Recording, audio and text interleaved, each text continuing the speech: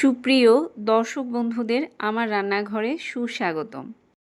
এতক্ষণে নিশ্চয়ই বুঝে গেছেন আজ থাকছে মাছের রাজা ইলিশের একটি অতি লোভনীয় রেসিপি। প্রিয়জনের মন পেতে আজ এখনই শিখে নিন নারকেল দিয়ে ইলিশের এই অন্যরকম রেসিপিটি। কথা না বাড়িয়ে চলুন চলে যাই মূল রেসিপিতে। আজকের এই রান্নাটি করব আমি 6 পিস ইলিশ মাছ দিয়ে।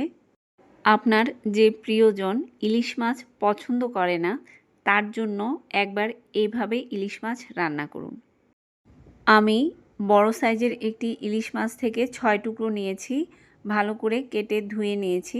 মাছটাকে আমি ভেজে নেব না, ভাজা ছাড়াই আজকের এই রান্নাটি করব। চুলায় ননস্টিকের একটি কড়াই বসিয়ে দিলাম।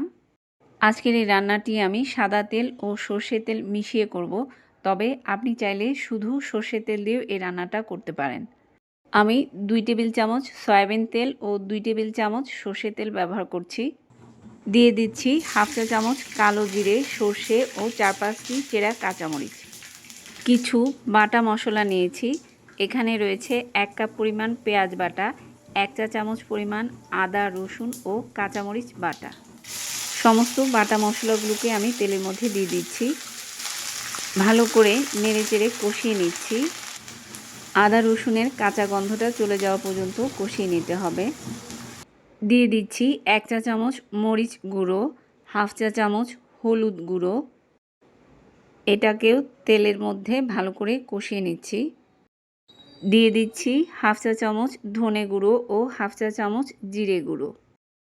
আবারও ভালো করে কষিয়ে নিচ্ছি।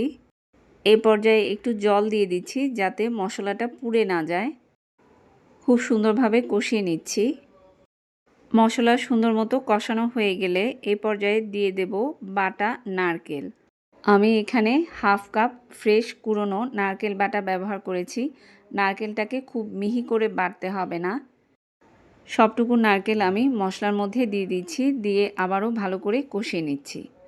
মশলার সাথে নারকেলটা দিয়ে কষাতে কষাতে যখন তেলটা ছেড়ে দেবে, সমস্ত মশলা ও নারকেলের সুন্দর একটা ফ্লেভার ছড়িয়ে পড়বে, ওই পর্যায়ে আপনি গ্রেভির জন্য জল অ্যাড করবেন।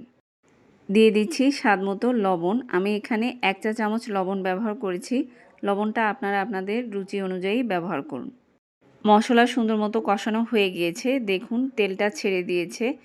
এখন এতে 1.5 কাপ গরম জল দিয়ে দেব। তবে আপনি যদি ঝোল বেশি রাখতে চান তাহলে জলের পরিমাণটা আরেকটু বাড়িয়ে দিতে পারেন। এবারে একে একে মাছগুলো বিছিয়ে দিচ্ছি। মাছগুলো দিয়ে দেবার পর এটাকে ঢাকনা দিয়ে ঢেকে চুলার মিডিয়াম আঁচে 5 মিনিট মতো রান্না করতে হবে। মাছগুলো দিয়ে এটাকে সাথে সাথে আমি একে একে আলতো হাতে একটু উল্টে দিচ্ছি। মাছগুলো ঝোলের মধ্যে দিয়ে দেবার পর খুব বেশি নাড়াচাড়া করা যাবে না, যেহেতু ইলিশ মাছ এমনিতেই নরম মাছ, বেশি নাড়াচাড়া করলে ভেঙে যাবে। আলতো হাতে একটু উল্টে দিচ্ছি। এরপর ঢাকনা দিয়ে ঢেকে ঠিক 5 মিনিট রান্না করব। 5 মিনিট পরে আবার ঢাকনাটা খুলে মাছগুলোকে আবারও একটু আলতো করে উল্টে দেব। যাবেন না দর্শক বন্ধুরা, এই রান্নার এখনও টুইস্ট বাকি আছে, দেখতে থাকুন শেষ পর্যন্ত। ফিরে আসছি 5 মিনিট পর। ঢাকনা খুলে মাছগুলোকে আবারও একটু উল্টে দিচ্ছি। তারপর এতে আরও 3টে জিনিস অ্যাড করব। মাছটাকে চুলার মিডিয়াম আঁচে মোট 10 মিনিটের মতো রান্না করে নিতে হবে। আমার রান্নাঘরে কাঁচা আমের ঝুরি আচারের একটি রেসিপি রয়েছে। কয়েকদিন আগেই রেসিপিটি পোস্ট করেছি, যদি দেখে না থাকেন এখনই দেখে নিন। এবারে দিয়ে দিচ্ছি ঘরে তৈরি করা কাঁচা আমের ঝুরি আচার। এখানে আমি 1 টেবিল চামচ পরিমাণ ব্যবহার করেছি।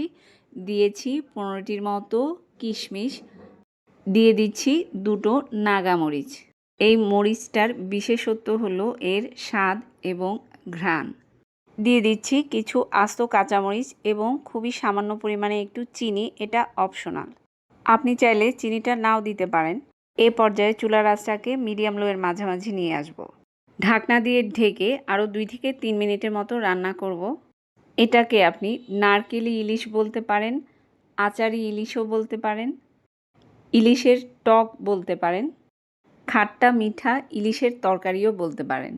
রেসিপিটি হুবহু ফলো করে আজকেই ঘরে তৈরি করুন। খেয়ে দেখুন, প্রিয়জনকে পরিবেশন করুন। মুখে দিলেই মনে হবে যেন অমৃত।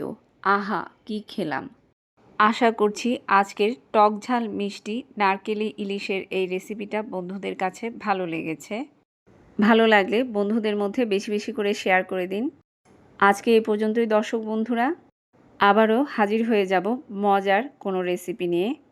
রেসিপিটি শেষ পর্যন্ত ধৈর্য সহকারে দেখার জন্য সবাইকে অসংখ্য ধন্যবাদ।